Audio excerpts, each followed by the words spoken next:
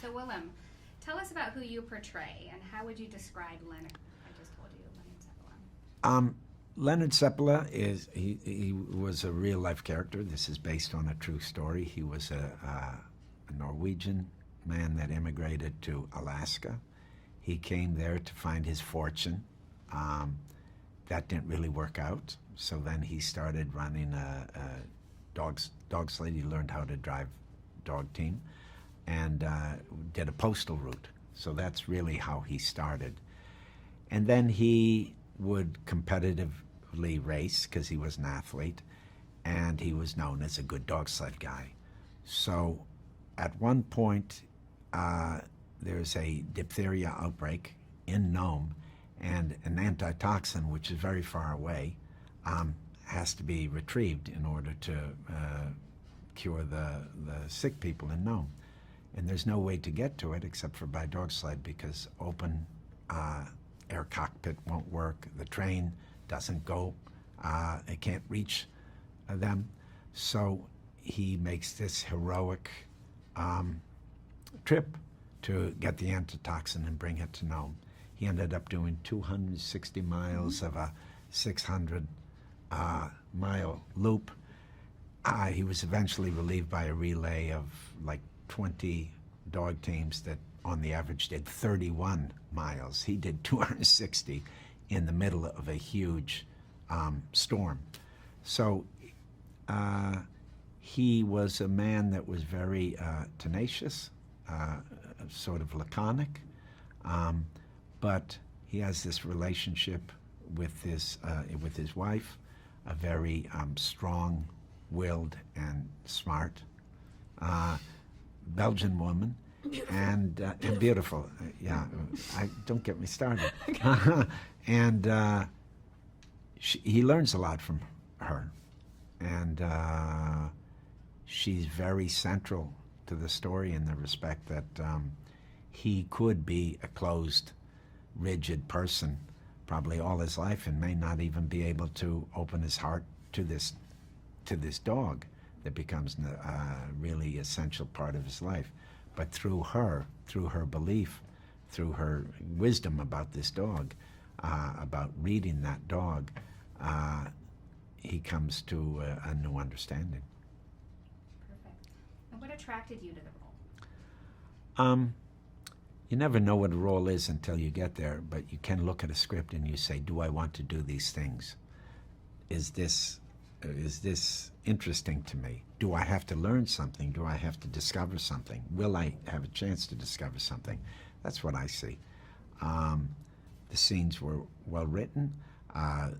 The adventure aspect, the fact that I was going to be mushing, driving these dog teams in this very beautiful landscape under really tough conditions, that seemed like a challenge, and that's sort of the centerpiece of the action of the story. So there were many pleasures. And Julianne, who do you portray, and what role does she play in making of this hero dog?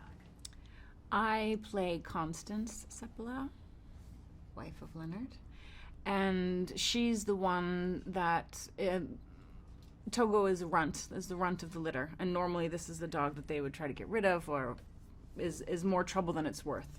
And she encourages her husband to keep this dog and give him a chance, and eventually he does. But I love that we can see this strong, independent woman within this relationship and this equal partnership, and they live by themselves, miles from anywhere, in this pretty hard landscape. It's up to them to keep this place running, and I love that she's not just in the kitchen, but she's on the roof helping mend the roof, and she's chopping wood, and she's helping care for the dogs, and there's a real closeness that these two have, that and real trust and love that I was really fun to play and really exciting to see on screen. And what attracted you to this incredible story? I thought the script was really well. This relationship was for me, because that's what I would be, actively doing. Was the big draw for me, and to be able to do that with Willem, who was already cast, was very appealing to me. And I spoke to Ericson Core, our director, who started off as a cinematographer. So he had a very clear idea and this extensive lookbook of images that inspired him, and it was very beautiful. And his relationship, he had a wolf for like 12 years or something, so he has very deep connections with the canine world and nature. He's a nature guide and has done tons of directing in this type of landscape. We were in the Canadian Rockies, which is one of the most beautiful places I've ever been, just breathtaking. So there were a lot of reasons to say yes. So Willem, what went into preparing your role on this film? You talk about being a musher and working with the dogs. How many days of training? How did that all? It's hard to say how long I trained, because I was training for the whole movie. Yeah, it was ongoing. It was ongoing. But initially, they take me slowly. I arrive, and I started just being around the dogs, watching the people the professionals that have the dog teams, just watching them, and then slowly, like an apprenticeship, I started doing the things that they were doing, and then eventually I started, being behind the sled. So it was slow, but I trained all through. I had to, because although it seems like a very simple action, it takes a lot of finessing, and you do have to have a deep understanding of the dogs, understand how they're doing, what kind of mood they're in. It becomes, once you get past the basic actions, you realize that it takes a lifetime to be a good musher. So Julianne, tell us a little bit about where Togo takes place and explain the rural, remote realities of where Constance and Leonard made their home. The story we're telling takes place in Nome, Alaska, in both 1913 and 1925. It's one of the things I love about this movie, actually, is how they jump back and forth between time periods. How we're introduced to Togo as a mature dog, and then we're told his story from when they first meet him. And it's Alaska in 1925, so there's not a lot of comforts around, and their home in particular is miles from anywhere, and obviously no electricity, no running water, so it's very much about the day-to-day, the running of a home and a property and the dogs, and trying to stay alive in that world. How did the cool temperatures help your performance? This is for Willem. And how did the weather and its unpredictability impact your impression of the reality of Cephal's journey? Well, nature, in this case, shooting so much outdoors, tells you what you can and can't do. And you're always in contact with it. It's a fluid thing, and that makes you fluid in your approach to what you're doing. There's no arriving. You always got to stay on top of it, because the target is always moving. The weather is always changing. So I guess, when it's cold, there's no acting required. You're cold. You're cold. And of course, you're creating a parallel experience that is not as dangerous, is not as difficult as as the true life story, but it gives you a little glimpse. It gives you a foothold, you're paying a little bit for the authority to feel like you can pretend to be this guy, because you're doing it. You could not shoot a movie like this with, trailers all around and taking breaks every 2 minutes to get warm, and it was pretty rough. Mm-hmm. But we had a crew primarily of Canadians that are used to shooting in those conditions, and they were very tough, and it felt like we were on an expedition. So to put my mind, it put me in the mindset of doing this dog run with some abstraction. The reality of what we were doing, how we were shooting it, helped a great deal. Great. And what did Ericson Core bring into the production? Many things.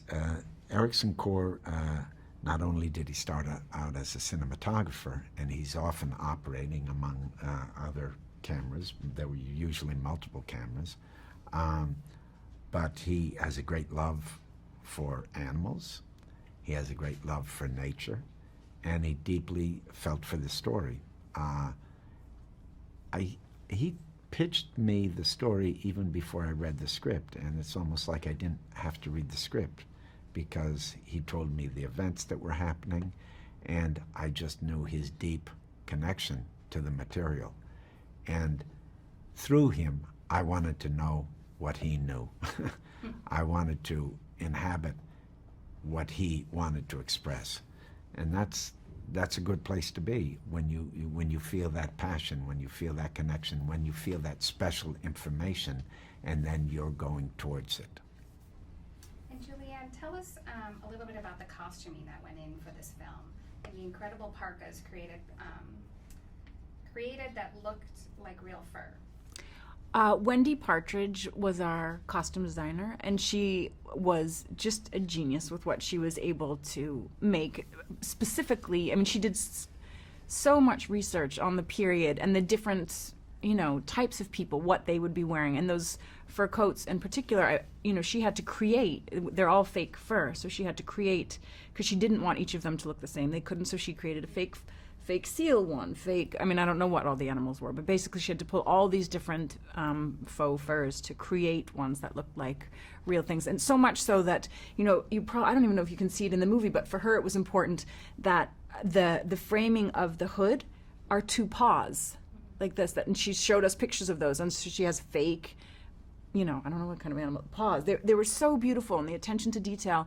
And it was so exciting the first time I put one on, and then she brought me into her workroom because there were like 9 ladies in there, like busting their fingers. They had to make 100 of these for Willem and I, and for background, and a lot of it is hand stitched. I think her care and passion and craft and artistry was just impeccable. Incredible. Mm-hmm. So how do you think Disney Plus viewers are going to react to Togo?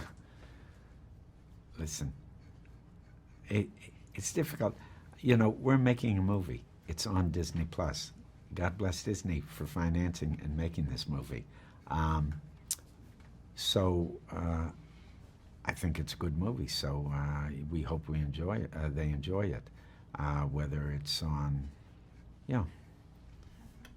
I would say also we've spoken to a number of people today, and they had just gone to a screening, and it was a range of people today. And every single one of them, to me, felt honestly, deeply moved by the experience, and that it was an enjoyable one. So hopefully that will be the case with the Disney Plus viewers. And for me, it was exciting to be able to watch a film with my family, because my kids can never watch the work that I do, and we all loved it. So there's something for everyone. I just want to say, from our point of view, we're making a movie. We're happy it's being made. We're happy that Disney is supporting this movie, supporting Ericson Core to make this particular story. And we're happy that it's at Disney because it'll get seen. But we're not thinking specifically. It's sort of after the fact that you think of it as a Disney movie. Right.